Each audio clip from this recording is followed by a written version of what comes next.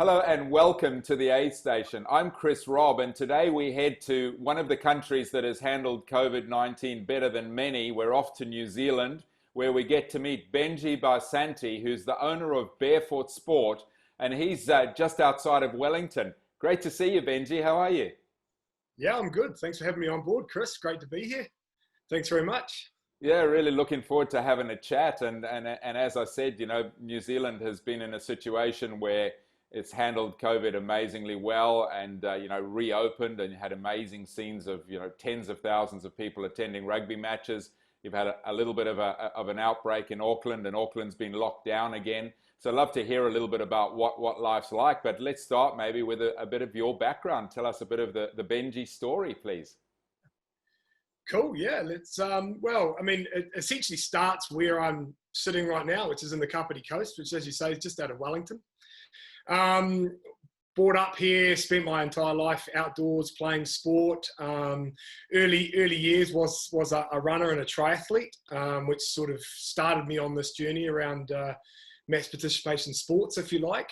A little way into that, I found rugby, as you do as a New Zealander, and found a bit of a career in that. It took me overseas and gave me the opportunity to travel the world, play rugby in Europe in a number of countries. It's also where I met my lovely Scottish wife, which keeps me on my toes continuously. For those of you that know Scots will know what I mean. And I had two lovely daughters in Scotland, and then eventually came back here and then have refound that love of running and multi-sport and cycling. And I guess the journey ends with where we are now around our events business. And the learning that I have had over those number of years, following my rugby career, I spent a lot of time in community sport. I've got a real passion for the power of sport and the social value that it gives people, especially the mental and the mental health and physical health that it can give people. And that sense of community, I guess, is what I try and deliver in our events. Community is so important. It's so particularly important right now. It's something that we're really battling with here around the COVID stuff. Our participants want to be together. They want to be running together, and it's something that most event directors across the world are struggling with. And it's a really important part about the ethos that I have within our events. Fantastic. Sounds like an amazing story, and long may that Scottish wife of yours keep you on your toes, and I'm sure it's not going to be too long before those two young daughters are doing the same thing to you. Well, we've got a third now, so put two young Scots and a young Kiwi girl in the same family, and we're in trouble. You're in big trouble. And obviously in terms of your events, you did your last event just before lockdown was Xterra. You also work with a company called ONETIME, which is a really interesting new timing innovation in sport. And you literally had almost like this last event before COVID hit, and then had to go into a bit of lockdown. Tell us a little bit about that and what life's like currently in New Zealand. We know that Auckland's locked down, but what does that mean for the rest of the country? Yeah, I mean, we started the year off with a hiss and a roar. We were excited. We had a brand new Xterra event to add to our portfolio, if you like. Triathlon, duathlon, the works, based here in the Kapiti Coast. I mentioned earlier, the Kapiti is at our heart of a lot of what we do, Wellington in particular. The ruggedness of Wellington we love. We try and incorporate that into all our events. So yeah, great opportunity. You mentioned ONETIME. We had an incredible set of timing points across the course, providing data from all over the place, really lifted the level of our event. We had a number of our partners be really interested in the event. We got this global touch, and then all of a sudden things just went stop. And as the rest of the world knows, in fact, we were I'm pretty sure we're the only Xterra triathlon, full triathlon to happen in the globe this year. So, we're ticking that one up. We'll take that. But it's not ideal for our partners around the world. And of course, of us moving forward. Jump forward from that, we had to, postpone our entire trail run series in Wellington, which is what we built our name for in the Wellington market.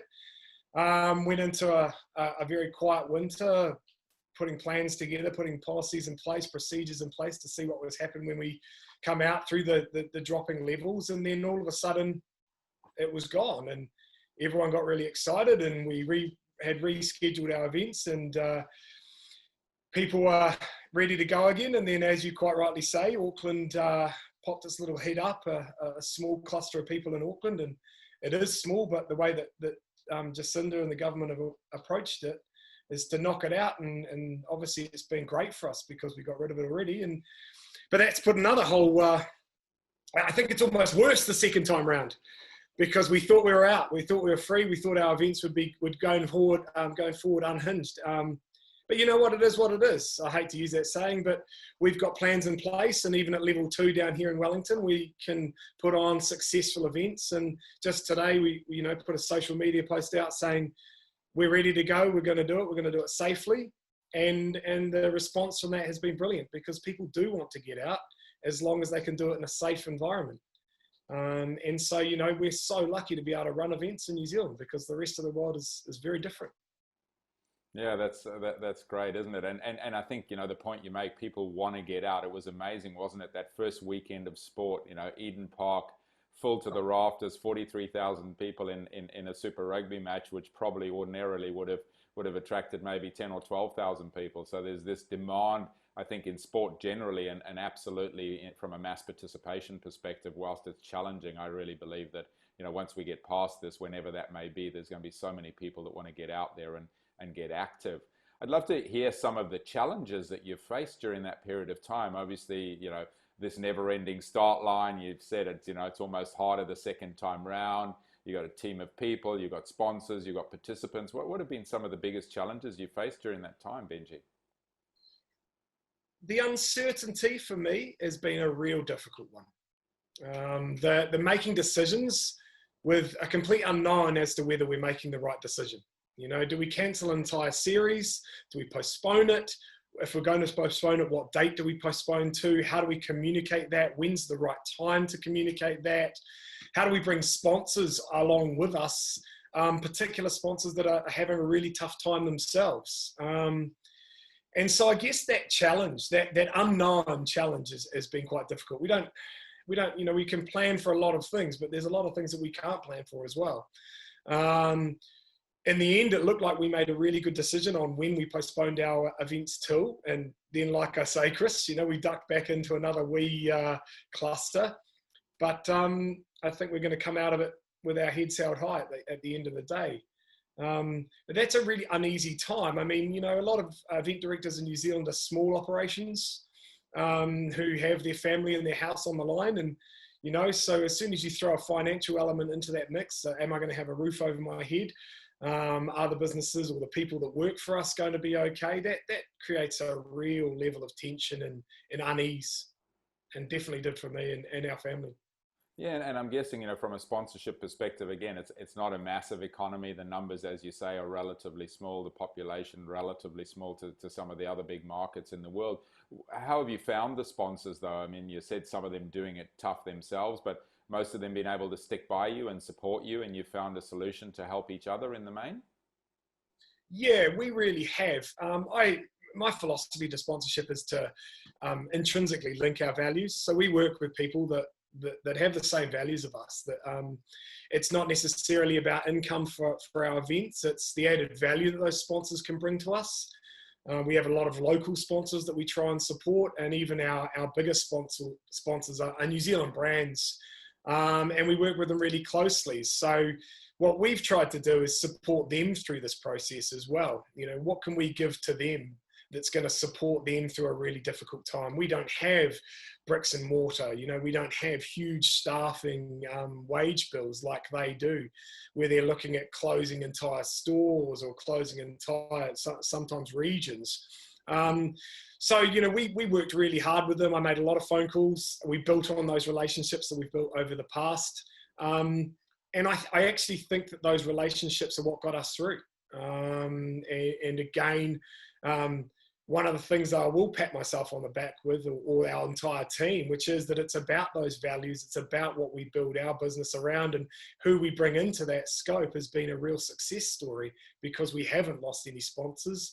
and we're all seeing the other end of this dark tunnel.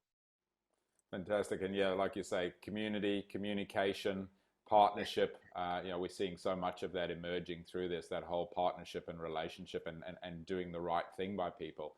So it seems that, you've taken quite a significant leadership role in there in terms of, being proactive, reaching out to partners.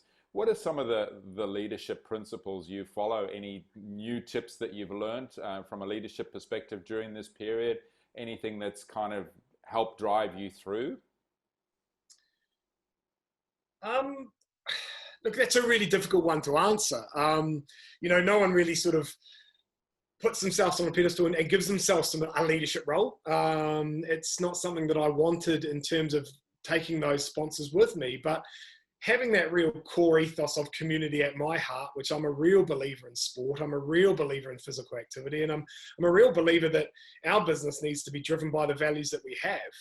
That it's not just about the dollars that come through the door. So I guess the lessons that I take really come from that heart, what we're about. It's been interesting, just to go back to that one-time story. I've been working on some of our values a little bit around that business, and it's a really difficult thing to think about what your business values are and where they come from. If you look at big business, it's often about money, but those businesses are also looking about, how do we treat people? What are we about? What's the core thing that drives us? And for ONETIME, the thing that I like about that is the values are the same as what we have within Barefoot Sport, which is, we're about our community. We're about taking things forward and not sort of resting on our laurels, I guess you'd say, Chris. And I love that. We're about connecting people together. Pretty much what you're great at, to be honest, looking at some of your other webinars and the mass participation worlds. I mean, that's what you're about, connecting people together. And that's what community is about. That's what events are. That's what's so great about events, is that people love them. They want to be together. They want to be part of a community. And that's where I got to with this, to tie up that story. That's where I got to with this ONETIME solution around our values and our ethos, is that is the connector. That's the part that brings them all together. Mm. No, it's a great point. And, you've said community so many times in this. I see so much. I have no doubt that our big city events will come back. But I think one of the ways forward for our industry is going to be very much around local destination events, communities. I think, one of the real positives that come out of this, people reconnecting with nature, reconnecting with family and friends. And there's not many better countries in the world to be able to do that. The beauty of New Zealand. You said you were out mountain biking at the weekend in the pouring rain. That's part of growing up in Wellington. You were just damn lucky that it wasn't howling a gale, I guess. But it's it wasn't windy, but it was wet. So you're right. Our Barefoot Thoughts sports ethos is to inspire people into the outdoors, by putting on great events. Now, we're lucky in New Zealand because we don't have to do much inspiration, right?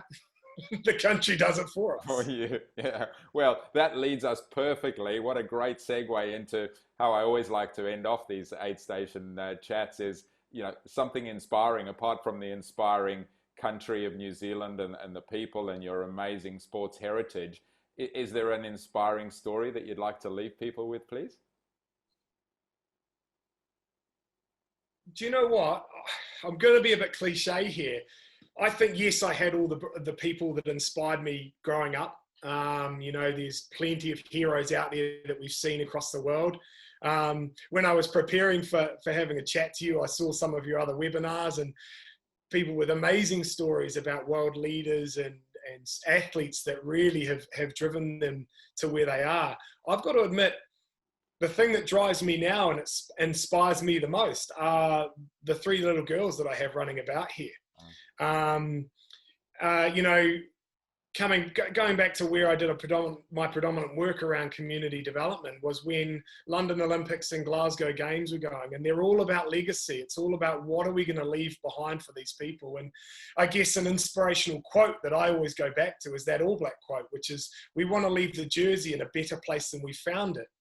And it's a real a driver for me. It's a driver for our events. It's a driver for the way that I want to bring up our children, and the reason why we've surrounded ourselves and live where we live, because I want them to find the same inspiration through this amazing planet that we've been given. Doesn't matter where we are. Yes, we happen to live in New Zealand, but wherever we are, whatever hill we're running, whatever mountain we're skiing or mountain biking down, those three are the inspiration for me about delivering that, about some of the other core elements of our business, about zero waste, about, you know, trying to have recyclable material, about building trophies out of reclaimed totara timber. And, you know, it's what we leave behind essentially that inspires me, rather than people that I look up to. What a great way to finish. Absolutely, and no more relevant than in these current times. It's yeah, what a great way to finish. Thank you so much, Bengy. Very inspiring, and it's been wonderful talking to you. We could chat for ages. Wonderful chat. Thank you so much, and hopefully you have some great events in the next few months, and New Zealand goes back to fully open, and that starts to reverberate around other parts of the world in the not too distant future. Great to chat. Yeah, Thanks so much. great to be here. Cheers. Bye.